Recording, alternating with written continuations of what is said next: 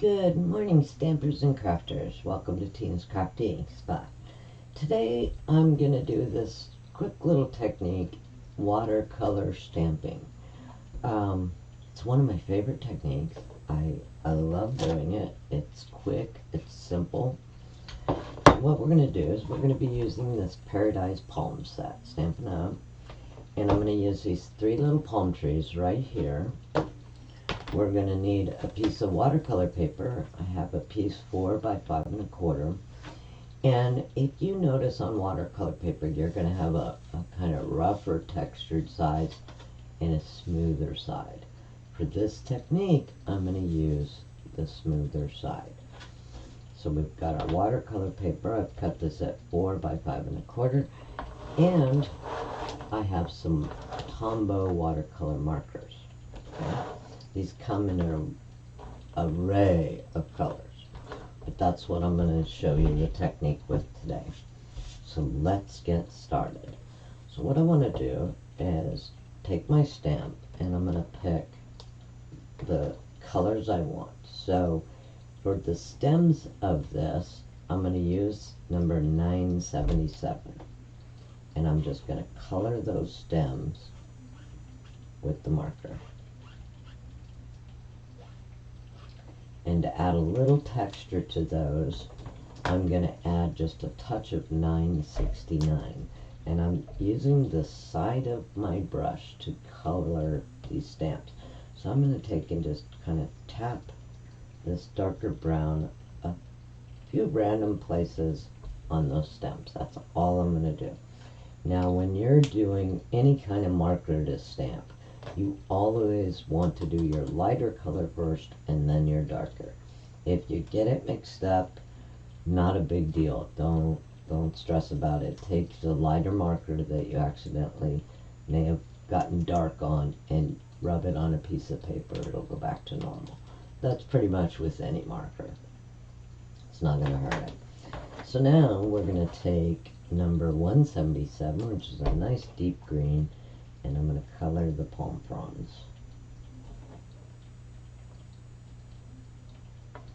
Just using the side of my brush tip of the marker. Now these Tombow markers do have a bullet tip and they have their brush tip. I use my brush tip almost all the time. That's how you use them. Alright, if you had taken too much time or jabbered like I just did, take and huff on your stamp with your breath. You know, cup it a little bit, breathe on your stamp, and the moisture and heat of your breath will moisturize the ink. And now I'm going to stamp this just a little off center. Let's put it about right there. And there we go. We've got them. Now I'm going to take you can take either an aqua painter or a small paintbrush. This one is, what number is this paintbrush? Oh my god, it's so old and it's not a big deal. I can't even read. It's so worn out. I think it's a number 1. It's got a small tip, which is all you need for this small type of image. So I've dipped it in my water. Now it's pretty wet. So what I'm going to do is I'm going to take my fingers and I'm going to squeeze off some of that water. I don't want all that water. And then I'm going to lightly go over those stems. Very little water. And just kind of blend them out. See there? See how I blended them out? Deepen the color a little bit. That's all you need to do. Now I'm going to rinse my brush again. Tap it off on my water. I'm going to squeeze the tip off again. Get rid of some of that excess water. Now I'm just going to take my brush and lightly tap over those palm fronds. Just tap, leaving some space in between. Okay? Let me see if I can zoom in a little so you can see what we're doing here. Maybe it will help. Hopefully my camera will focus. Let's see if that focused. Okay. Yeah, we're fairly focused. So now I'm just tapping over those fronds. Go beyond them, go between them, it's no big deal. But you don't want them all saturated, you want some detail left in that stamp. But you know, watercolor's not, you know, just really super detailed. And that's all you need to do, just tap that little. Let me see if this is, not even positive this is focusing for you. Hopefully it is. So we've tapped those, give them that watercolor look. Now, we're going to take a palette, use whatever you have, a non-stick sheet, your work surface, whatever you want to use. I just have a plain old kind of plastic palette here. I'm going to take my, I want to do my sand. So this is number 992 if you're following along. And I'm going to scribble some of that onto my palette.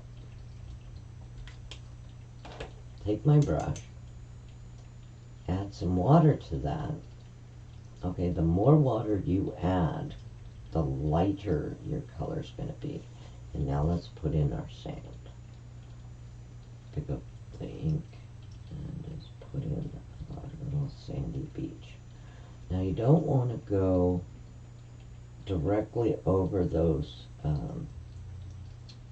stalks because they are watercolors, so that means if you hit it with the water, it's going to activate it, and it'll bleed them out a little bit. So just kind of go around them. You know, watercolor is about being loose, and you know, people, when you're doing watercolor, mine's more about the composition versus detail. Okay, loose watercolors, that is basically what this would be called. I'm going to pick up a little bit more of that and just add a few dark spots. Now you can layer, because you can always go lighter, always go darker, but you can't go lighter. So start light, and starting light means more water. Okay, we got our little sandy beach there. Maybe bring it down a little bit. I'm not going all the way to the edge. I'm going to rinse my brush. Now we're going to add the ocean. And for the ocean, I'm going to be using number 535. I'm going to scribble some of that on our palette. We're going to water it down real well, because like I said, you can always go darker, you can't go lighter. So we're going to water that down real well. Let's take our horizon and put it about right there. Go between our trees a little bit there. As you see, you need very little water, very little ink to do these. You don't want to go into your sand. I mean, try to stay a little bit above it because your image is still wet. And like I said, if you get water on those, it will activate them, and you'll get some muddy bleeding. So I'm just going right up to my sand there. Got our horizon, look at that. We already got our ocean, and I think my horizon's a little crooked, so I'm going to straighten that up.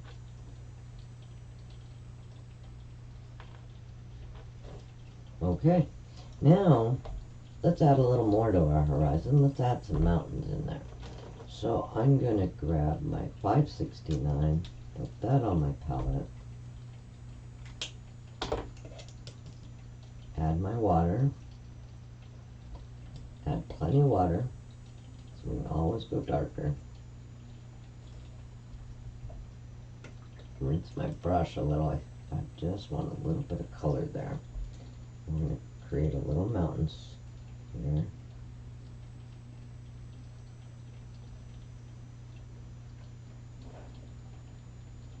And again, I'm trying to stay out of my ocean there because it is wet and it'll bleed.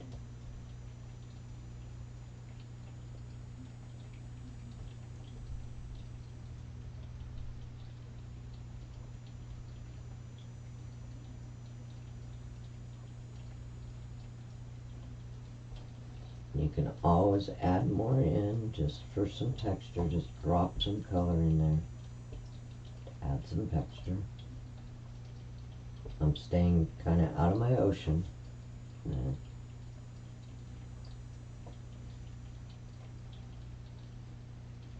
Looky there, you've got your beach, your ocean, your mountains.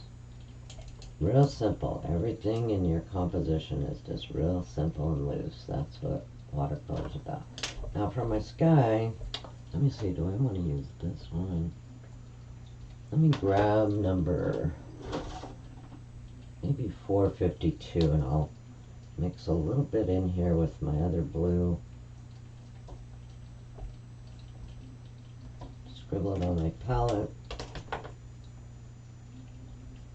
Add a nice amount of water. Want this really faded for the sky. And now you're just going to drop in some sky, staying away from the green of your trees. You know, everything's about composition, that's it. You're not trying with watercolor to be super detailed. I mean, you can with watercolor, don't misunderstand that. But these, we're just doing a quick little layout here. Got our sky going there. Look at there. You have your beachy scene. Okay, now, your trees are in the sun. You got a bright, beachy, sunny day. Let's grab just a touch of this dark blue we got over here. Just a touch. Really watered down. Okay? Really watered down. Add plenty of water. And then just tap below these trees with that blue, because all you're doing is giving a shadow where those trees are leaving a shadow on the ground. Okay? There you go. Don't sweat it about these. Okay? Somebody's not going to look at it and go, oh, look, the shadow doesn't match the exact palm frond. They're not. Trust me, they're not. All you're trying to do is give an idea that there's a shadow there. Okay? So we've got our scene. I'm going to pick up a little bit of my blue here and add some texture to my ocean. Remember, you can add more water to it. I'm just picking up a tiny little bit of ink. I'm going to take my water, spread that out.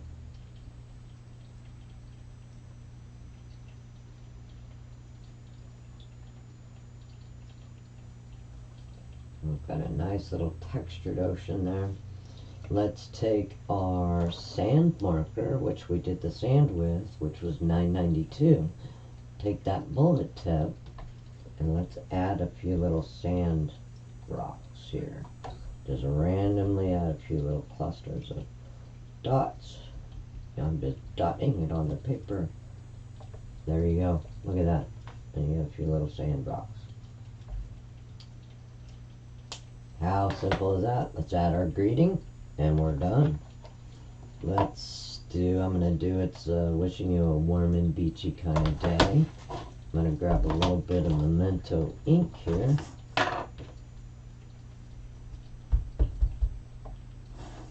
Ink up my stamp. And you know it's rare for me not to use my stamp apparatus. I get really nervous because I just went through making this and I stamp it wrong on the corner. I'm going to stamp that down on there, and I'm going to give it a nice amount of pressure. I'm going to hold it there a second because this is textured paper. Okay? So you want to give that ink plenty of time to blend. There you go. Look at that. You are done with a watercolor. You know what? Let's take a marker, just a micron or a black Stampin' Write marker. Let's add a couple little birds in here. I'm going to create a little V. And you have a couple birds. Let me move back out here a little bit. I'm going to use a balmy blue base, which goes really nice with my ocean. You could die cut this with one of your stitched rectangles, or your, the deckled edge die would look really cool with this. But you know what? We just spent probably less than 5 minutes making a hand-painted watercolor. How simple, right? I love doing these. I love doing stamped watercolor. There you go. I hope you enjoyed today's quick watercolor stamping technique, and I hope you have a fabulous, happy stamping day. Bye-bye now.